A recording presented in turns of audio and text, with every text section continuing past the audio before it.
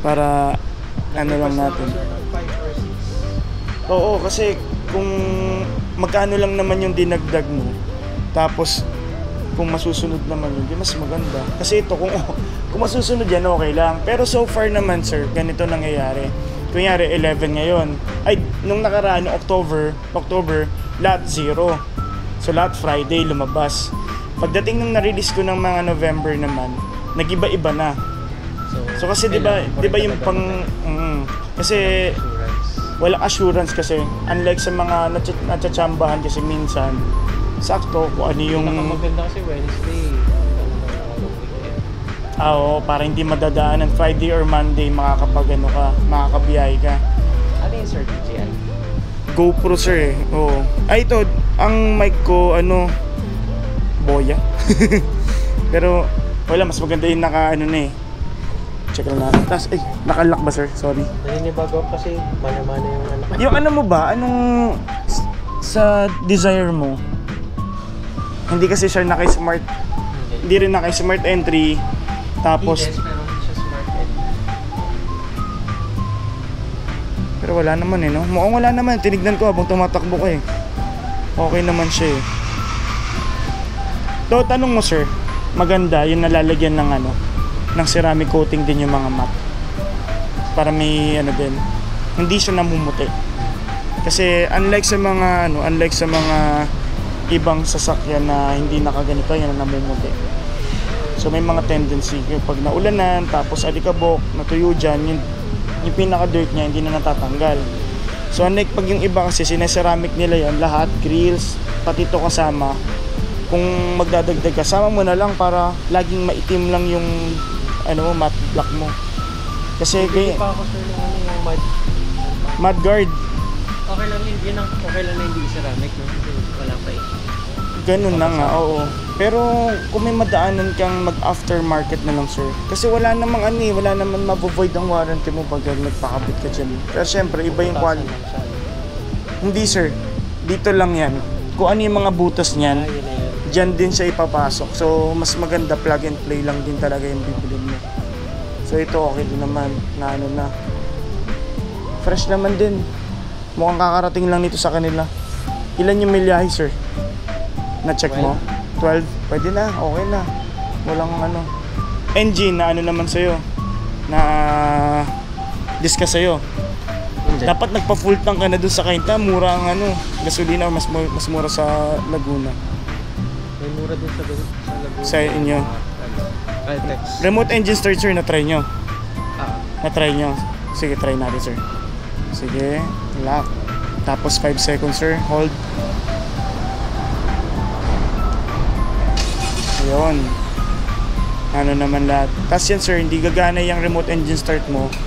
Pag may susi ka dun sa loob, hindi ko alam kung bakit magkakaiwan ka ng susi. Pero may mga iba kasi spare key, ganyan. Pag naiwan mo susi mo, nakabukas yung hood, nakabukas lahat ng pintuan, hindi mo mai-start. Tapos may certain numbers lang yan na tuloy-tuloy mo siyang, kaya ngayon pinatay mo, tapos tatry mo ulit. Para may mga ilang ganun lang sir, after mong itry yung remote engine start, hindi mo na siya ulit mare-remote engine start. Kailangan mo maghintay ng another 15 minutes para mag-restart yung, kasi may may may limit lang yung remote engine start ka ng sabay-sabay. Sir, buksan ko yun, unlock mo lang sir. Keychain mo, meron na. Iba yung keychain mo eh. Iba yung keychain mo. Anong itsura ng keychain nila? Mahaba pero pinapasok din. Ang maganda sir, yung sinad mo sa akin, pwede na yun, maganda na yun. Kasi sir, wala rin naman masyadong gumagamit ng leather na yun eh. So yan pa, ngayon ko lang din nalaman yan. Di ba naka-remote engine start? Binuksan natin yung hood, namamatay pala siya. Safety feature din niya. So yan, namatay siya. Kasi ang alam ko lang, normally lang naman pag nagde-demo ako, pag nasa loob na ako, tapos lalabas na ako, doon ko lang siya dinedemo. Pero dito, check na rin natin. Ito lang maganda sa pagkakalinis nila Kainta. Hindi nila lalagyan ng yung mga magic gatas, mga armor oil, ganyan. Kasi malangis yun, ano kagad ng mga alikabok. Kasi malinis na malinis. So dito sir, lagi mo lang titignan ito. So sa ngayon, punong-puno naman siya, lagpas pa nga. Ayun o, pansin mo. Question sir, Yes sir. recommended ba na magpa-undercoat or after a year? Maganda sana sir kung makapag-undercoat ka. Kasi sir, yung undercoat kasi, unlike yung ceramic coating, sa ceramic coating, protection din siya. Pero kasi every time na magpapakarwash ka, malilinisan siya. Unlike pag yung undercoat, bihira mo lang makikita yung ilalim mo. So bihira mo din siyang ipalinis. So ilang taon na sa inyo yung Desire sir? 5 years may Pinalinisan mo ba yung pang ilalim nun? Never na, di ba? Hindi parang okay naman na siya. Saka depende din sir sa lugar nyo. Kung for example, medyo malapit kayo sa dagat. So, di ba? Rusty. Yes, mabilis siyang magkalawang. Kahit anong model yan, kahit anong model, kahit anong brand, basta malapit sa dagat, yung humidity ng galing sa dagat sir, malakas siya makapagkalawang ng under chassis. Kasi yung under chassis, itong kahan natin, walang problema yan. May protection naman kasi yan eh. Yung ilalim kasi niyan sir, wala na, may mga tinatawag tayong factory rust proofing pero napakanipis lang yan. Ang sample ng mga factory rust proofing sir, pag may nakita ka dito yung mga gray, yan ganyan no. Yan factory rust proofing yan. Yung mga undercoat kasi, yung mga black, mas makapal pa dyan. Sa mga Ayala owned, pwede kang magpa-ceramic coating na sa around, nasa ano siguro, 5K, ganyan. Undercoat lang yan. Pag nagpa-full body ka, parang abutin na yata to ng 8,000. Kasama yung mga gilid ng pintuan. Pwede mo naman i-credit card yun kung card mo or cash. Pwede mo naman gawin yun sir. So ngayon, ito lang, check mo lang lagi. Dipstick mo, so hindi pa siya nagagalaw. So sa dipstick, normal lang pag may tumalsik sir na langis. Kasi 'di ba sa mga ibang kotse, ang dipstick nandito. Nakarekta siya sa block. So dati kasi, pag sinabi yung dipstick may tumalsik, may blow by, may problema yung engine.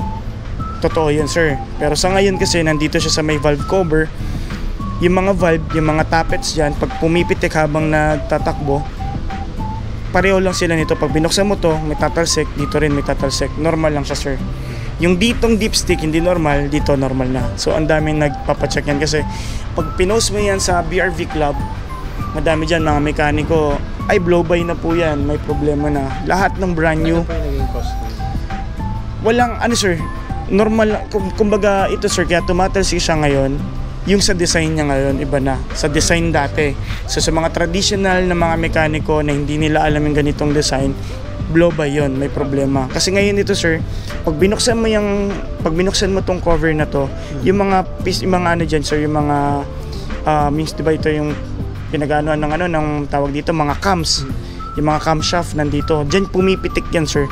So pag pumipitik yan sir, diba yung exhaust and intake ng cylinder, yun yung pumipitik sir eh. So nagkakos yun ng talsik dito ng mga langis, which is normal lang naman, walang problema sir. So dito lang sir, pag chinek mo yung langis mo, make sure na cold engine na. So nandito may dalawa ka makikitang linya. So either dun sa pinakababa or sa taas, wag lalagpas, or sa gitna. Normally naman nasa gitna naman siya lagi. So ngayon hindi pa natin makikita yung normal niyang level ng oil kasi pinatakbo mo na yung kotse. Yes sir. Tapos pag magpapa top up ka dito lang, wag mong bubuksan to, lalo na pag bagong takbo sir, may pressure yan. Ito naman sa washer mo, dito may mga solution na nabibili sa mga online shopping, ganyan. Ito sir, sa Honda ka lang bibili mura lang naman yan magpang top up mo. Sa first 1,000 mo, hindi ko alam kung saan ka banda, kung sa Laguna ka, pwede naman yan magpa first 1,000. Baka pa top up sa'yo kasi pag tumakbo yan, hihigop na yan ngayon dito. So pag humigop siya, may mababawasan na ng konting-konti. Sabihin sa'yo sir, kailangan mong top upan yan. Bibili ka lang ng 1 litro, tapos iuwi mo rin yung sobra nun. Sa first 1,000 din, hindi ka muna mag-change oil.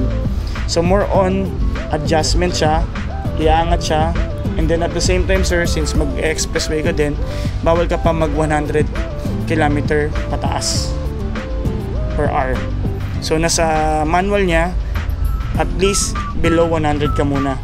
Kasi sa ngayon, kumbaga ngayon lang siya napatakbo talaga ng malayo, mas mataas sa limit niya. So 80 lang. mga 80, 90 ka lang, sir.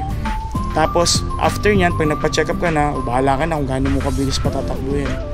So yung ABS mo nandito, yung tumutulong tubig nandito, sir. Yan, sa aircon mo naman yan. So ibig sabihin maganda yung bugan ng compressor mo naman, so napapalamig na maayos. Nandito yung alternator, serpentine belt, isa lang naman yan. So wala masyadong binibili, unlike sa mga ibang model kasi iba-iba yung dalawang belt sila. So ito, alternator mo, compressor mo, fuel, ay yung water pump mo, nandyan na lahat-lahat. Engine number mo, sir, nandito. Chassis number mo nandun sa may passenger side. Then ito pa maganda kay Honda, very compact siya, hindi siya malaking tignan. Tapos ngayon, sir, may mga pintura na ganyan, sa mga quality check nila yan. So pag kunwari nagalaw mo yung isa dyan, tapos na-check nila, pina-warranty mo, pwede ma-void yung warranty mo pag sa labas mo pinagawa. So ito, ang warranty natin, sir, sa battery is 1 year lang. Ano yung insert size? 1 SM lang to, sir. Yes. Tapos isang taon lang to, sir. Ang kotse mo is 100,000 kilometers or 3 years. Ito isang taon. Hindi lahat ng parts ng kotse kasama sa warranty. Ang mga consumables like yung langis, yung mga ilaw, spark plugs, yes sir, mga filters, yan hindi yan kasama sa warranty natin. Tapos ano pa bang nito? Yan, computer box, fuse box nandito. Ito naman, sir, wag mong tatapapan pag bumaba. Dalawang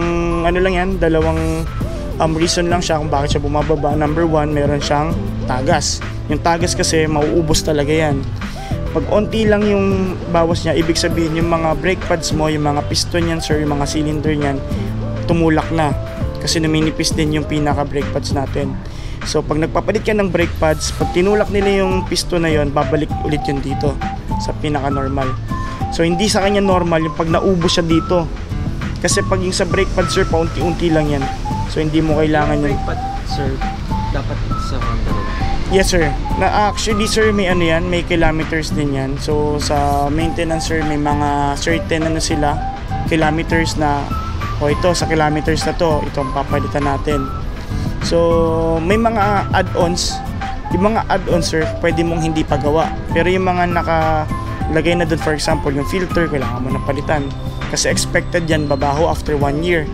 Kasi lahat ng moisture, yung dust na nahihigop niya, magkukos ng odor sa loob ng sasakyan mo, papapalitan nila yan. Tapos kunwari yung brake pads, pero yung brake pads, sir, matagal pa yan. Siguro depende sa depende. Yes, depende kung preno ka ng preno, di ba? So dito wala kang gagawin sa sasakyan. Dito titingnan mo lang yan, kargahan mo lang to, double check mo lang to, tsaka to. Pero hindi naman kumakain to ng langis unless magkakaroon ka ng tagas, which is hindi naman nangyayari din sa brand new. So ang isang pang mga pwedeng dito, accessories na pwede mong ipakabit, like yung sa engine cover sa ilalim, may mga nabibili na din sa labas. Tapos yung insulator, okay din siya, sir.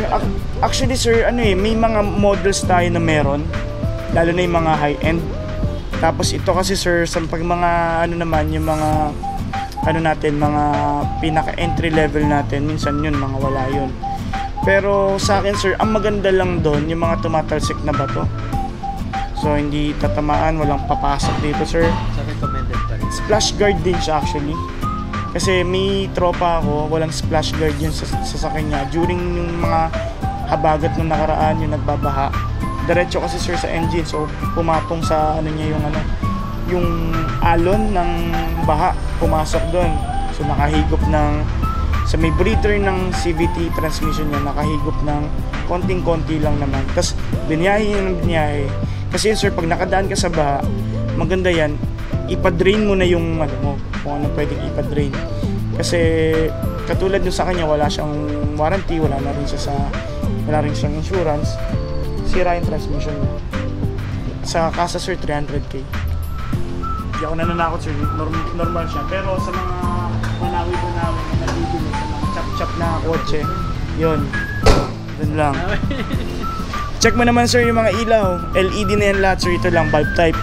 Yan. Tapos 17 inches, disc brake with ABS na, VSA. Tapos LED na rin to sir. Hindi ka na naki-smart entry pero okay lang naman sir.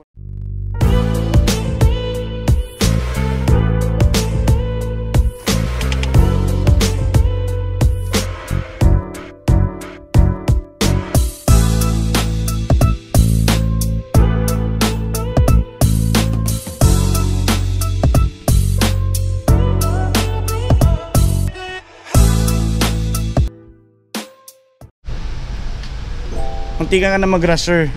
Expander, mga velos, ganyan. Expander po, sa akin. Or gusto mong malaki talaga, parang Avanza, nag-check ka rin.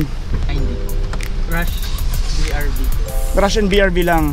Expander Cross, yun, kasing mababa. So naghahanap ka ng mataas talaga. So dito naman, na-check mo naman sir, no? Itong tint mo, gaano katagal daw na tint na to? Noong Friday pa. Tagal na. Lock, oo. Central lock, okay. Window, nakalock tayo. So yung central lock, pag hindi ka pag nakalimutan mo mag-lock, 15 km per hour siya, meron siyang auto door lock. So maglalak siya kusa pag na-reach mo yung 15 kilometers. So sa mga bintana, okay naman na, mukhang binaba mo na siya. Wala namang bubbles. If ever may bubbles, so sabihan mo lang sila. So ito, may ano pa oh. May, yung sticker yan ng pag-brand new sir. Sa labas yan. So pag nalinis niya next time, tatanggal niya yan. So dito sir, may vehicle stability assist ka. So ito yung ano sa understeering or oversteering ka sir sa mga curve lines. Parang traction control siya. Automatic po. So every time sir na ini-start mo siya, by default lagi siya naka-on. So pwede mo siyang i-off. Pag in-off mo siya, so lalabas yan sir yan. Off. Ayan. Tapos dito sir yan. Okay naman na buksan mo na, nagpagas ka na. So dito sir may mga slot na ganito. Mga ano yan purpose yan. Kunwari nagpakabit ka ng ibang accessories. So dito nila nilalagay yung mga switch. Yan, yan. Tapos dito, wala naman tayong Honda Sensing. Yan, wala siyang auto headlights. Gumagana naman yung fog lights mo. Yun, makikita ko lang sa mga so okay naman. High beam, low beam. Fog lights. Anong size sir? Yung mismong bumbilya ba? Kung yung mga H4, H9. Parang madalas sa mga fog lights sir, parang di ko lang sure kasi mga solo lang yun, baka mga ano lang yun H3 siguro or ano, ganyan. Pero depende sa mismong socket sir Wala pa naman, kasi may mga iba nahihinaan sila. Normally sir is dahil sa fog lights yung iba nagpapadilaw. Sa akin sir, mas okay pa rin yung puti May iba kasi, ang isang option mo dyan, yung dilaw. May mga iba akong kliyente nagpapadilaw sila. Oo, dual, yung nagpuputi and nagyayelo. So depende sa climate, ganyan. Pero ito sir, anin mo lang kasi mas maganda tignan yung puti na yan sir. Tapos normally yung nagpapaganyan sir, nadidiliman sila sa tint nila. Oo, ganun.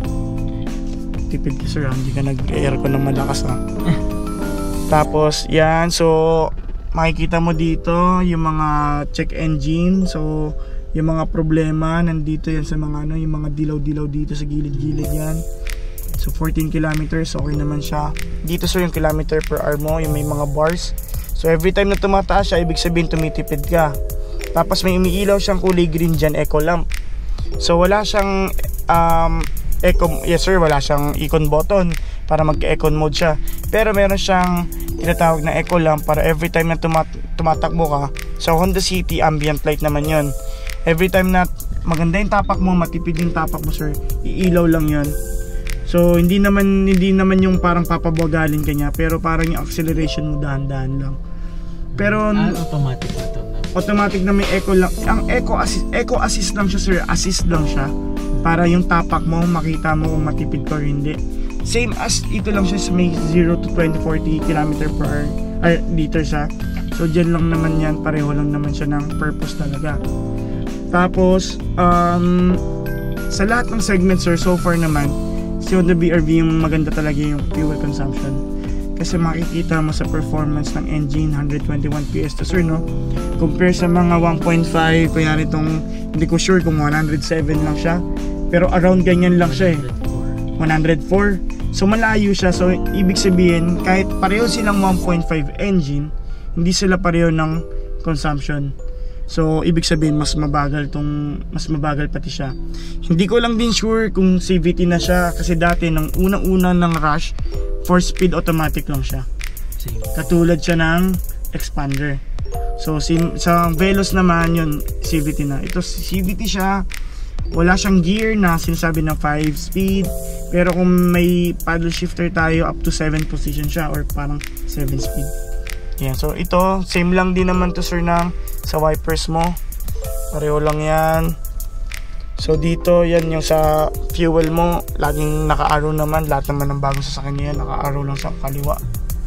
So ngayon dito ikaw na bahala magtanggal niyan. Yung iba nagpapapalit sila ng Android para magpa 360. At the same time, kasi ito meron siyang Apple CarPlay and Auto Android, pero kailangan pa ng original cord dito, so hindi pa siya wireless. USB. Pero sir, kung naka-iPhone ka, Type C to Type C, meron siyang kung nako-convert na bibili na pinaka parang socket.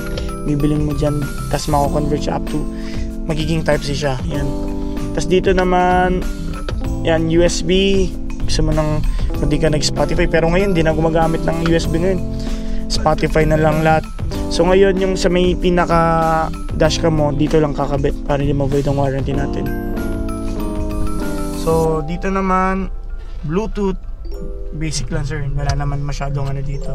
So dito sa aircon mo, pareho lang din naman lahat button, unlike sa dati. Pag tinamad ka mag remote engine start, max cool mo lang siya para lumamig yung pinaka-loob or cabin. Patayin mo, yung babalik siya sa pinaka-last mong settings. So on off, ito kung lagi ka nag-off ng aircon mo before ka bumaba or patayin yung engine, yun naman po. Dito naman air circulator.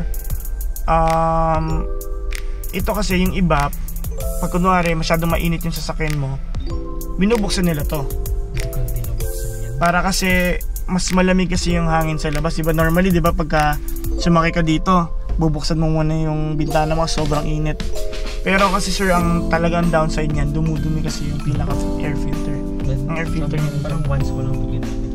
tapos after yun, hindi na, no? Buti nga hindi nag-ano eh. So dito wala lang siyang auto. Ayan. So rear and front na-check naman sir, nagana naman lahat.